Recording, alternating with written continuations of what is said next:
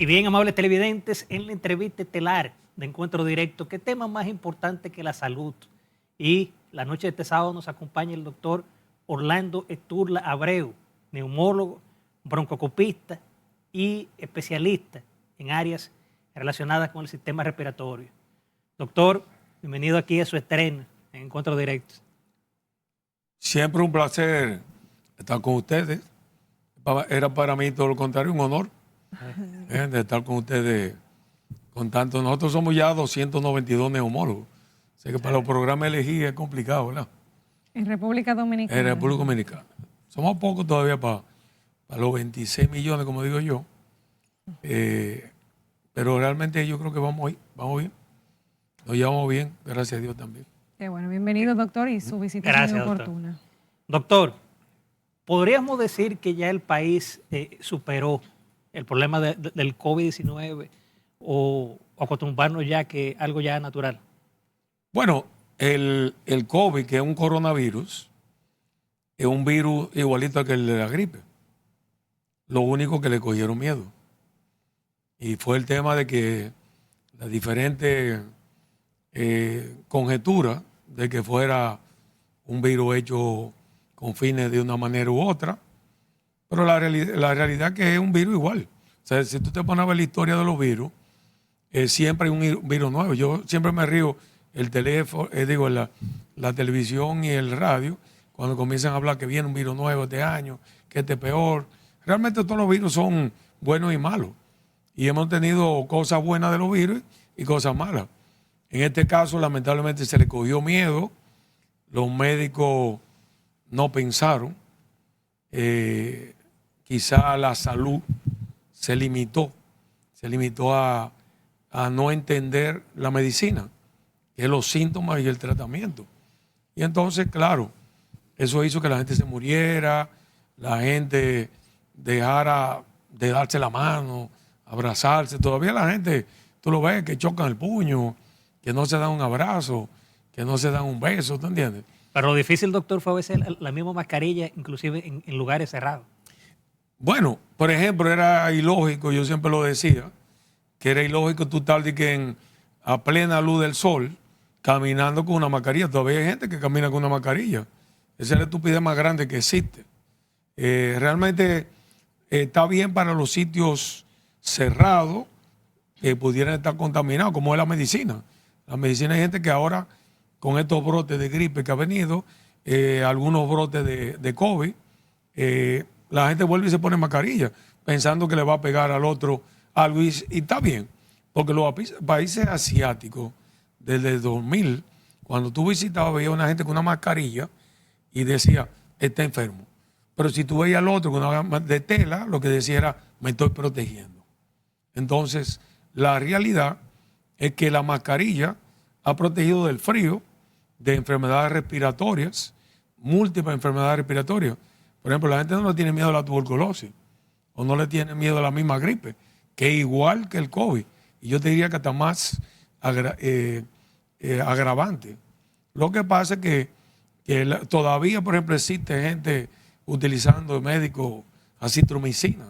Cuando la acitromicina del 2020, o sea, comenzando la pandemia, ya se había dicho que producía muerte. Y todavía hay médicos que cuando viene un caso de COVID, vienen otra vez con un esquema de 17 medicamentos de una manera estúpida, porque eso es estúpido.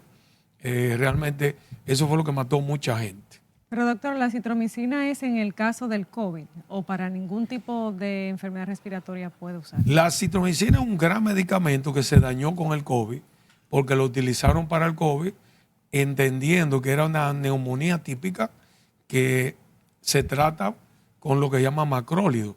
En ese momento se pensó que un medicamento que podía ser oral, endovenoso, que podía ser para niños, adultos, embarazadas, se podía utilizar, y entonces era un gran medicamento entendiendo ese punto de vista.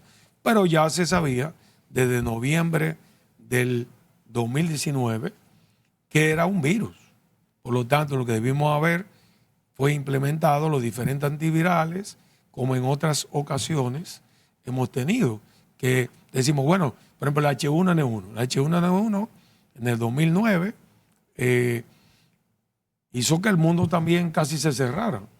Yo me acuerdo que teníamos varios eventos en México y en México habían 500 casos y fíjate tú que suspendieron la visita, pero se dieron cuenta inmediatamente que el oseltamivir funciona muy bien para la influenza y todavía sigue siendo así. Me llama la atención que muchos médicos, teniendo un paciente diagnosticado con influenza A y B, no utilicen el oseltamivir, sobre todo con medicamentos muy efectivos y que evita que la gente se muera. Hay que recordar que hay muchos países del mundo donde se mueren 50, 100, 850, 1000 y pico de personas, por ejemplo en Estados Unidos, por estado. Igual en otros países, la gente se muere por influenza. O sea que la influenza hay que tomarla en cuenta. Ahora tenemos un brote bastante importante de influenza A con diferentes equipos, por ejemplo, equipos de fútbol, y tanto los muchachos enfermos. Y entonces se van pegando. Y lo que nosotros siempre decimos a los pediatras neumólogos y a los médicos en general, si usted tiene un niño que tiene influenza, trátelo, porque si usted no lo trata, entonces se le va a pegar a los padres, se le va a pegar a los hermanos, se le va a pegar a los abuelos, a los bisabuelos, y de ese grupo se va a morir el 5%. No, y a los compañeritos de la escuela, porque hay muchos padres también que envían los niños así con un virus, infectan a sus compañeritos. Claro. Y obviamente ahí también genera problemas de salud a otras familias, que es una irresponsabilidad. Es una irresponsabilidad. A veces la gente ya no le perdió el miedo. Acuérdate que estos años fueron terribles para la humanidad. Y la gente dice, no, eso se cura. La mayoría de la gente comienza con... Yo calculé una vez hace mucho tiempo con un grupo de amigos cuánto se gastaba la gente en una gripe. Diagnóstico. Tratamiento. Era más caro lo que tú hacías tomándote antes de ir al médico que cuando tú ibas al médico y te daba tu medicamento y tú te sanabas. Y sobre todo, lo más importante, que tú evitabas el contagio con las otras personas, como tú dices. O sea, evitar el contagio es muy importante. Y la gente, por ejemplo, se tranca. Yo le digo a la gente, váyase, si usted tiene una piscina, métese en la piscina. Tiene jacuzzi, jacuzzi. Si usted tiene agua del cielo, métase en el agua. Y si usted tiene playa, métese en la playa. Pero la gente lo que hace es que se tranca, se oscurece, se esconde, y lo que hace es que entonces ese proceso viral, no importa el que sea, se empeora. Wow. Y termina muchas veces ingresado o incluso en cuidado intensivo. Y en cuidado intensivo entonces hay que tomar en cuenta que esos son medicamentos orales, que no hay medicamento endovenoso. Lo que hay endovenoso aquí en el país no lo traen. Y entonces resulta que un paciente llega intensivo, está y dura 10, 15, 20 días. Hay muchos intensivos que no hacen panel respiratorio y resulta que ese paciente a veces hasta se muere. Doctor, ¿usted favorece la vacuna? Porque yo le hago la pregunta porque he visto médicos que han señalado de que eso, muchos de los problemas de ACV que se han producido de infarto, aparentemente por el mismo tema de la vacuna. ¿Tú dices vacuna de COVID o vacuna de otro tipo? No, vacuna de COVID. Mira, es controvertido el tema de la vacuna, pero si tú sacas conclusión, desde que comenzaron a utilizar vacunas como, por ejemplo, polio, dejamos de ver personas sin trastorno, efectos secundarios de polio y ni muerte. En el caso de difteria, pertussis y tétano, que por cierto hay algunos casos importantes de difteria y de pertussis, ¿verdad? Justamente se evitó con la vacuna. Es una vacuna que se pone cada 10 años. La vacuna de influenza es una vacuna anual y se debiera poner cada 6 meses. Sobre todo el que viaja a diferentes países, donde por ejemplo en el cono sur, que tú vas con frío, entonces el invierno de Argentina en junio y el de nosotros es en diciembre, entre diciembre y febrero, igual que otros países. Entonces la gente se debiera poner 2 vacunas, una durante 6 meses, pero la gente se pone una. Y yo te voy a decir que menos del 5% de la población se pone vacuna. En la población mía se vacunan un 30-40% de los pacientes se vacunan habitualmente. ¿Y qué hemos visto? Que esa gente no se enferma, que si se enferman más suave, que las neumonías son menos frecuentes, que no hay proceso de pericarditis, que es lo que sucede con ese tipo de proceso viral, no solamente del COVID, de la influenza y de los otros primos. Entonces, si tú calculas qué pasó después de la vacuna, sirvieran o no sirvieran, bajó el COVID. Fíjate tú. Lo que pasa es que de un inicio dijimos, no es una vacuna, es una serie de vacunas que se deben poner 1 y 2 cada 6 meses. Si hubiéramos puesto en octubre del 2022 y en marzo del 2023, hubiéramos evitado estos brotes epidémicos que hemos tenido. O sea que la vacuna hay que verla desde este punto de vista. Si tú, mira, yo vi y asistí más de 20,000 y pico de pacientes. Y te voy a decir que no tuve muertes. No hubo ningún paciente que se muriera. Y los pacientes se pusieron 1, 2, 3, 4, 5 y 6 vacunas. Y yo no conozco ningún paciente de esos pacientes que se hayan puesto, que hayan tenido ni pericarditis, ni enfermedad cardiovascular. El problema fue que la mayoría de los médicos le dieron acitromicina por un tubo, le dieron levofloxacina indiscriminadamente, macrólidos y muchas quinolonas de ese tipo, y dañaron la parte cardiovascular. Eso fue después de una vacuna. No de la vacuna, del tratamiento de la enfermedad. Le daban una exageración de anticoagulante, una exageración de antiinflamatorio, una exageración de esteroides. Entonces, se lo daban indiscriminadamente aunque no tuviera nada. Entonces, todos esos medicamentos tienen efectos secundarios. Entonces, eso tiene un preámbulo. Yo hice un PhD de virología que me alegro mucho en el 2009-2010 cuando tuvimos aquella vez. Y la mayoría de la gente no quiso cogerlo porque era un programa de $3,500. Había que pagarlo y la gente estaba acostumbrada a hacer las cosas gratis. Entonces, te voy a decir que las vacunas han funcionado en el mundo y han revolucionado el mundo y han bajado las enfermedades. Poca gente se ha muerto con vacunas. Lo que pasa que, por ejemplo, en países como Estados Unidos y en muchos países de Europa, la gente no le daba nada. Sin embargo, cuando Trump se enfermó, le dieron 15 medicamentos. ¿Por qué el grupo médico se sentó y ni siquiera, o sea, los neumólogos no trabajaron? Los profesores míos en Estados Unidos, en Europa, en Latinoamérica, en Argentina, no vieron pacientes. No saben lo que es un paciente de COVID. Lo vio el teléfono de los países, el emergenciólogo que no está acostumbrado ni que utiliza antivirales. O sea, lo vio el médico primario, que es el médico probablemente menos formado. Y por eso se murió en países como Estados Unidos 1.800.000 pesos, de pacientes, millones. O sea, Argentina 1 millón y pico, Brasil. O sea, países así. Sin embargo, los países más pobres como nosotros, hubo poca muerte. Aquí lo que hubo fue 4,000 y pico de muertes y hay que ver si fue de COVID, si no fueron los medicamentos que lo mataron. Doctor, me llamó la atención que usted dijo en principio que no recomendaba el uso de la mascarilla en espacios libres, especialmente en altas temperaturas.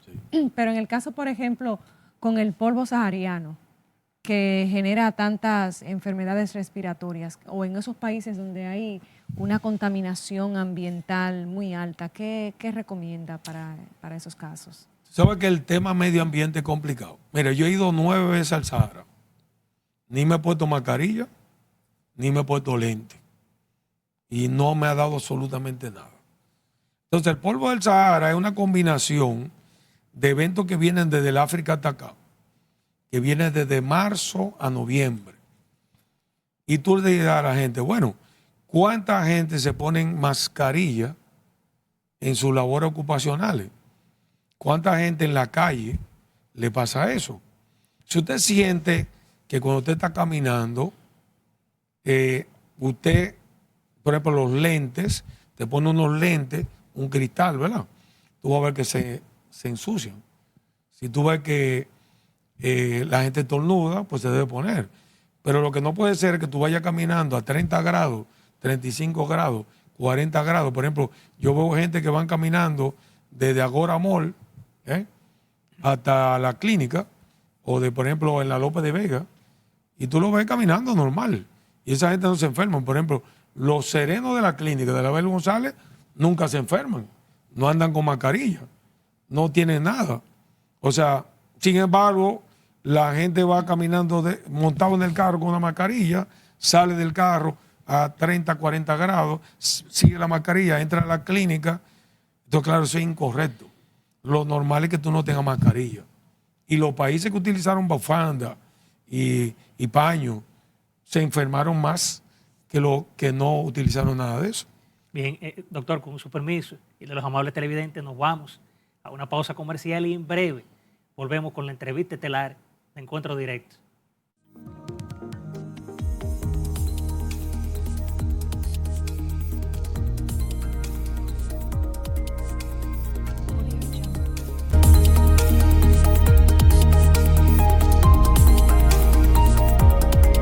Continuamos desarrollando un interesante tema en este encuentro directo, la salud, lo más valioso que podemos tener los seres humanos, y conversamos con un gran profesional dominicano, el doctor Orlando Sturla Abreu, neumólogo y broncoscopista, ¿verdad, doctor? Sí. ¿Qué hace el broncoscopista? Es una especialidad con un nombre muy exótico, ¿verdad? Exótico, así mismo. Pues mira, te voy a decir que es una especialidad muy seria. Te voy a explicar por qué. Es probablemente de las primeras endoscopías del mundo y nosotros la hacemos con mucho criterio. No le entramos un tubo a todo el que entra por ahí. O sea, hay especialidad que tú entras, no vamos a decir las especialidades, y tú no tienes nada y hay que hacerte una endoscopía. Tiene que ver con los bronquios. Pero en el caso de nosotros lo hacemos desde la nariz hasta el bronquio. Y se llama, y es parte de lo que llama, es una especialidad clásica de neumología, y también tiene dentro de lo que llama neumología intervencionista.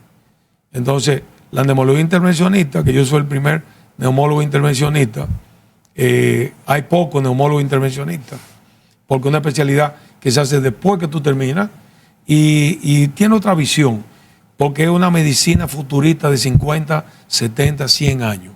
Y nosotros estamos en los pañales.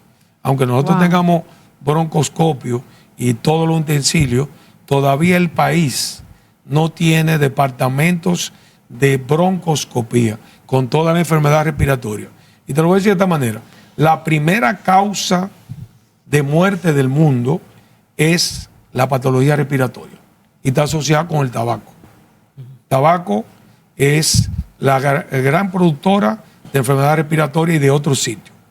Pero justamente la endoscopía lo que hace diagnóstico, lavado, terapia, se pone stent, se hace diagnóstico incluso al corazón, se puede hacer biopsia, se puede hacer a otros órganos, se hace a través de los bronquios a los órganos circundantes, por ejemplo, y no le hace daño. Y nadie se muere de una broncoscopía.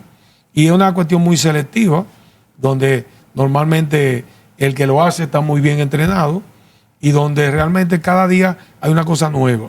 Y no es cara comparativamente con lo que es el equipo médico.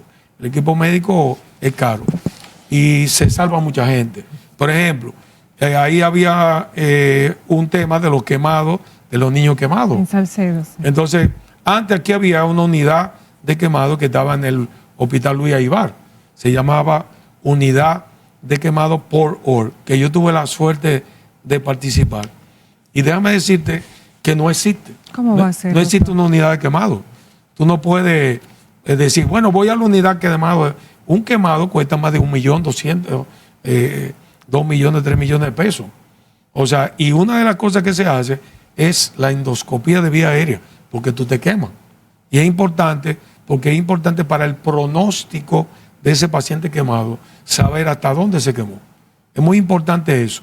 Y fíjate tú que es insignificante, pero aquí hay cantidad de unidades de diferentes cosas y sin embargo no hay unidades respiratorias. Hay hospitales como el Gautier, como el hospital, por ejemplo, el Robert Reed, y hay el Cabral Ibar y otros más que son mínimos con respecto a lo que... Pero no es un sitio que tú puedes decir, déjame llamar y yo voy a encontrar a esa persona. ¿Y Arturo Grullón de Santiago? Arturo Grullón tiene, pero al final de cuentas, yo te lo digo que yo soy endoscopista y mis compañeros, y como quiera terminan llamándonos a nosotros.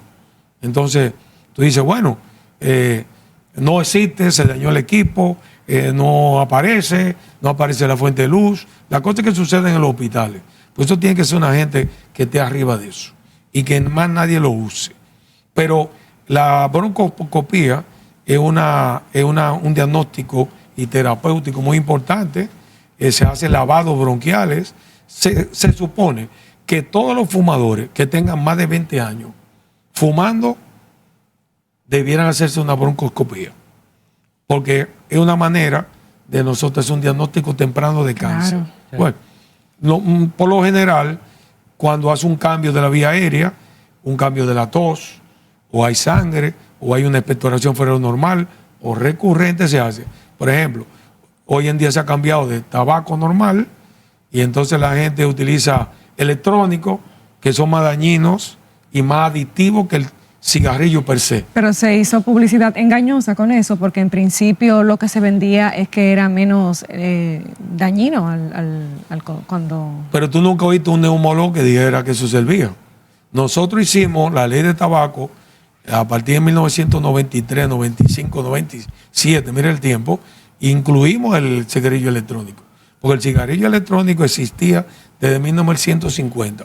Pero increíblemente, habiendo 4 médicos en el Senado, ninguno de los 4 médicos apoyaron. La única que apoyó la ley de tabaco fue la doctora Burnigal de Puerto Plata. Ginette Burnigal. Sí, doña Ginette. Y como el gobierno americano y el gobierno español, que ya tú sabes que este es un país que es propio de España o de Estados Unidos y otros países. Si ellos no ayudan a eso, la ley no hubiera pasado. Pero el proyecto marco que finaliza el concepto se aplicó hace poco tiempo.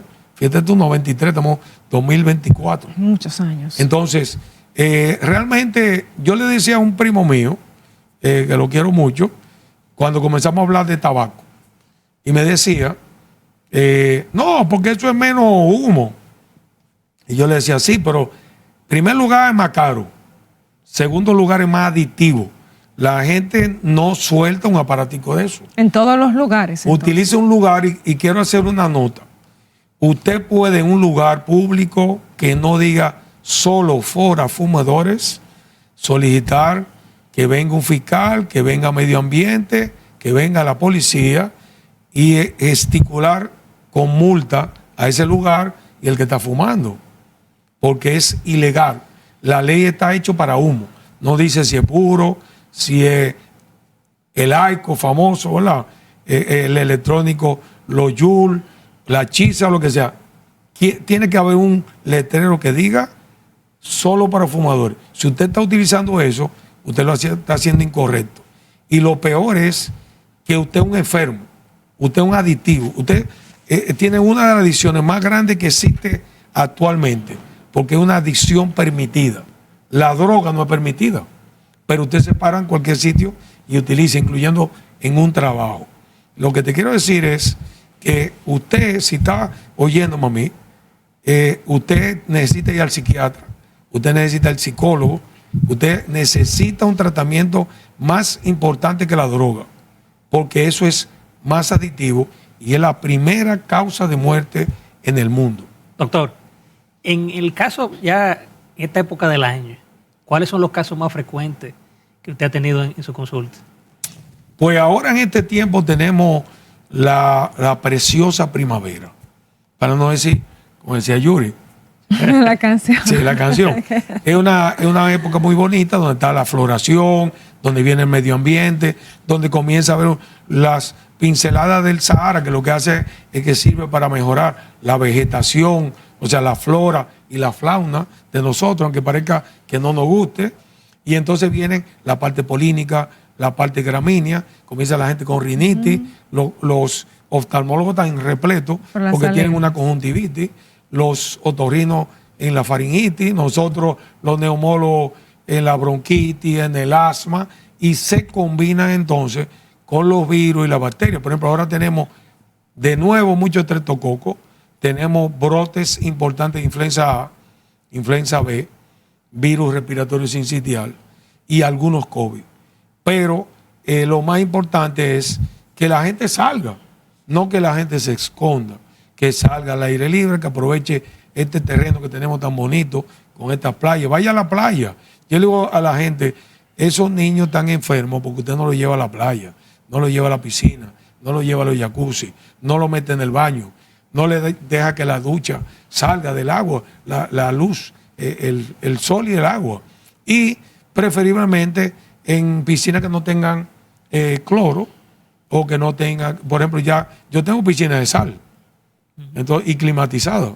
Entonces, la gente no sabe que es igual, es más barata el uso de piscina o de jacuzzi con sal que con cloro. Sí, porque también hay personas alérgicas y que se infectan o se enferman más bien con el cloro. Doctor, con respecto a las enfermedades más frecuentes aquí en República Dominicana, las enfermedades respiratorias, ¿cuál es la población que más va a consulta? ¿Los niños, los ancianos, adultos mayores o jóvenes? Y también quiero preguntarle, doctor, ¿por qué en la República Dominicana siempre como que hay virus que uno ya lo atribuye a que es el cambio de clima y que hay mucha contaminación, pero como que frecuentemente los niños en los colegios, en las escuelas, y muchas personas adultas que son saludables contraen gripes y demás? ¿A qué se debe? Bueno, lo primero es que, si mira, yo te voy a decir mi familia. Yo tengo 4 hijos. Mis hijos no se enferman. O sea, yo no me enfermo. Entonces, lo más importante, ¿cuál es? Una buena dieta general. La gente ha dejado de comer fruta. Está comiendo todos esos jugos que no son jugos. La gente debe consumir fruta desde chiquito. Desde chiquito debe consumir fruta. Debe consumir. El huevo lo ha intentado vedar. Sin embargo, no hay nada mejor que el huevo. El huevo es barato, es completo y tiene todas las vitaminas que tú necesitas. Y da mucha saciedad también. Exacto. Y alimenta. Y por ejemplo, el ejercicio de manera natural. La gente, yo creo que le falta la parte alimentaria. Hoy en día nosotros tenemos muchos coaches de nutrición que hablan en televisión, es fabuloso, nutricionistas, muchos endocrinólogos que hablan diferencias, pero la gente, por ejemplo, ahora a todos nos quieren hacer diabéticos. Y ya, o sea, todo el mundo es diabético porque tiene la glicemia mucho más alta.